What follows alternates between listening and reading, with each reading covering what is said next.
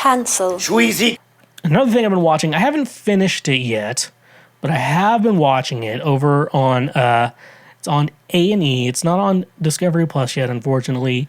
Fortunately, Discovery Plus has not gotten it on. I'm assuming when the series is all done, it's still airing. I think there's 2 episodes left, called The Secrets of Playboy. So it's just this A&E documentary. It's like a mini documentary series.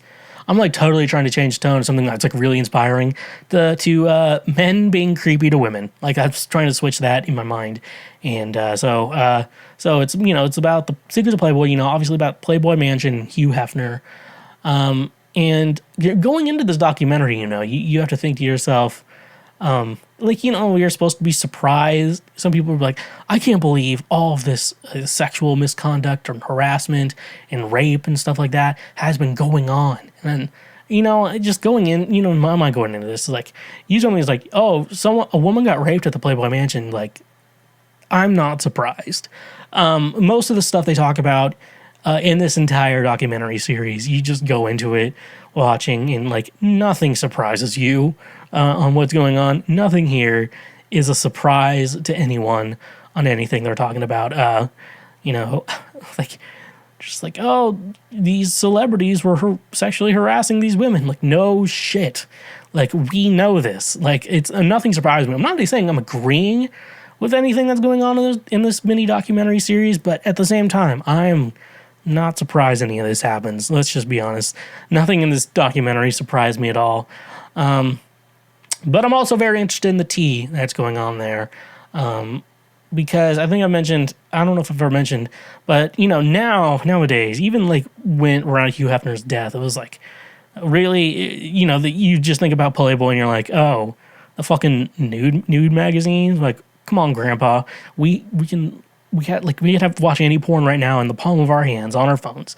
But back in the day before that, when you were a kid and you needed porn, it was not as easy to get porn. Like you had to, even like get like this, like kids like this, like to even get a Playboy, you had to be over 18, obviously. And so if you're a kid and you just need some porn, like you were lucky to get one porno magazine or whatever to get in. That's what Playboy was there to do. And then, eventually you're an adult. You can just buy that shit. That's what no one gives a shit. You can just buy that. That's not a big deal when you're an adult. But when you're a kid, though, it's weird like that. And so Playboy, used to be like the best porn and stuff like that. And like for the time, I guess at the beginning, you can say this would only happen at the beginning of the career. Like Playboy was somewhat progressive. Like at the beginning of it, like they were pretty progressive at the time. They were like, oh, we're going to show black girls too. Black girls can be on Playboy, with the white girls, and it's not a big deal. And like for that time, like he was pretty progressive. And then eventually he just started doing shitty things. And then that's when you stop being progressive. And so there was like a small window in time where Playboy, the magazine, was progressive for women. And then it stopped being progressive for women. It didn't take very long for it to stop being progressive for women. Like girls would be assaulted all the time. Still not a surprising thing. Which, like, I know, but I'm not agreeing for it. But the weird thing is like, if I was running Playboy and, it's clearly a man-run industry with taking, the labor from women. Technically, wouldn't you want to protect the women, in my mind? Because, like, hey, this guy is being mean to her. I'm like, shut the fuck up. We'll fuck you up. And Playboy's pretty powerful. Like, they were able to, like, when all this assault stuff happened, they were able to make sure none of it went back to the police. They would make sure that, the women would be quiet, the men would be quiet about everything, stop doing that. But then they let the men come back. What I would try to do in the most part, because they didn't want any big deal with the police. They didn't want any news stories. They wanted to make, Playboy for the most part look like a good thing, which I kind of get. You have a business, you don't want any controversies or anything like that. So that's why they try to clean it up there. However, I feel like the way they kind of cleaned it up made it a little bit more controversial. Because if I was running Playboy, at that time, I'd be like, look, we have a main priority to make sure the girls are protected. That would be my thing. And like there were like points like, hey, there's like these Playboy clubs and are like, hey, can we get someone to like, we're the bus boys to walk the women to their car or whatever? And then they were like, no, they're big girls. They can handle themselves. I'm like, no, these guys are creepy. And I know you want their money, but they're also like, could be dangerous. And I know you're like, well, we got a million other girls we can get. Like, well, you just got to protect the girls and be like, that way it makes it look a little bit. I don't know why that was such a big deal. Like, make the bus boys be like when you hire like a bus boy or whatever, a kitchen staff, or like, yeah, there's also a responsibility like just walking the girls to their cars. Like, that is not a big deal at all. Just making sure your employee stays safe, and and then when someone's a creep, you just revoke their member status or whatever, and like. And at the same time, they're like, well, I'm going to tell everyone you kicked me out. I'm like, yeah, we'll tell everyone that you were being a creep and then ruin your career. So, I don't know. I feel like they could have handled a lot of things a little bit better. Probably they didn't. It was a different time back then. They just probably wanted to then think of the best way to do things. But that's what I would have done if I were them. I would have tried to protect the women and everything and stuff like that. Also, there was a ton of drugs at the Playboy Mansion, which first thing comes to my mind is very cool. But also, one of these drugs were Quaaludes, or apparently what Hugh Hefner called them, thigh openers. Like, what the fuck? They called them thigh openers. Yeah, this drug's called thigh openers because it make women loose, and that way you could have sex with them. And I don't know. See, I don't understand the idea of it was just part of the times and shit like that, because I don't feel like drugging a woman to rape them was ever okay. I don't know how it was ever like an okay. You know, when you think about how people used to smoke cigarettes all the time because we didn't know any better. You can at least kind of make sense, but there weren't studies made on it. But then you're like, well, people didn't know any better. That's why we drugged up women and raped them. Like we knew that was wrong. We always knew that was wrong. Like, there was not a time where we can say that that was not wrong, okay? We know that that's wrong, and it always was wrong, and stuff like that. So, they would have, 6 or 7 people, including Hugh Hefner, have prescriptions from a doctor for Quaaludes. Like, they would get it. That way they just had a huge pot of Quaaludes that they could all just get into whenever they needed to. Like, what the fuck there is going on? Like, that's fucking, And then, then there was, cocaine and weed, which, to be honest, even cocaine, I don't think those are bad drugs. Like, if they're drugs for white people, I know this sounds a little racist, but I'm not trying to be racist. Happy Black History Month. Move, bitch! Get out of my fucking way! It's Black History Month! But, because they made some drugs for white people and then they distributed some drugs made for black people. That's history right there.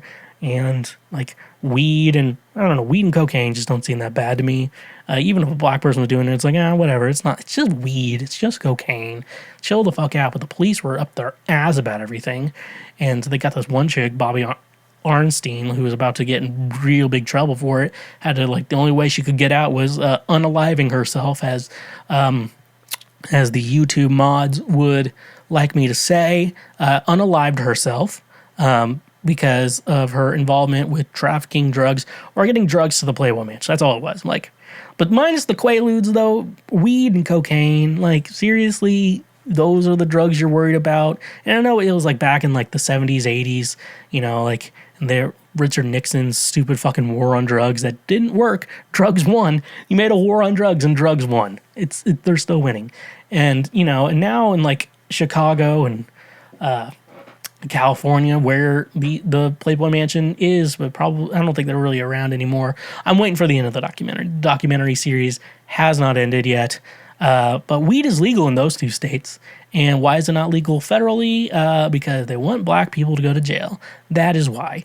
So I don't know. I feel like DEA cops trying to get people with drugs are just fucking these fucking bootlickers. Fuck the police, FYI. And I feel like Barbie, if they didn't care them, if they would just chill out on the drugs, Barbie Arnstein would probably still be alive. Probably wouldn't have had to kill herself. They probably just make her pay a fine or whatever, and then let her go. And then Hugh Hefner would have probably just paid that off for her. It's drugs. Come on, it's just cocaine and weed. It's not that big of a deal. Those are the chillest drugs ever. I mean, cocaine to a point, but You know, they're just an upper and a downer. You know, call them the fuck out. And if you're a cop listening to this for some reason, stop charging people with drugs. It's just a waste of time and taxpayer money. Like, you're wasting people's times. But the last thing I want to talk about here is when you hear about a lot of these rapes, they were they say they were sodomized, and it was a lot of anal sex. Now, here's the thing here. Obviously, rape is wrong, and I'm not going to argue rape is wrong. But I don't know. In my experience, isn't everything for anal? Isn't there a lot more prep for anal that you need to do? Like a ton of lube and, you know, butt plugs and stretching things out and going in slowly. Like, I feel like anal is a whole ordeal where, you know, the vaginal sex, you know, there is a little bit of, you know, things you got to work towards, but you know what I'm trying to say here? I don't want to go into any more details. I know, and I need to, but like, doesn't anal take a lot of prep? I mean, if I had to receive anal, it would take a lot of prep on my end to do that. I don't know. That's my thoughts on this. But it's on. If y'all want to know more, it's all on A&E. I've been watching it on the A&E app where it's connected to cable and shit. I think there's a free trial. Maybe, I don't know. But you should go check it out. It's very interesting. But those Playboy Mansion parties, you know, besides, because I wouldn't rape anyone. I think those sound like a lot of fun. Back in like the 90s, if I was around back then, you know, I would go to those parties. Of course, I would be considered a dork by everyone. Be like, hey, ladies. And I would be like, try not to like hurt them or anything. I would come off as a total dork. But I don't think the ladies would hate me. So that's cool. And I wouldn't rape anyone or give them quaaludes. That's who I am. And yeah. Hey, you just finished one of the many, many highlights from Cancel Schweezy. We got plenty more on the channel, so make sure you hit that subscribe button, and if you like what you just watched, go ahead and smash that like button as well. Go subscribe for more so we can teach you how to be a better human in our world. So yeah, stay awesome.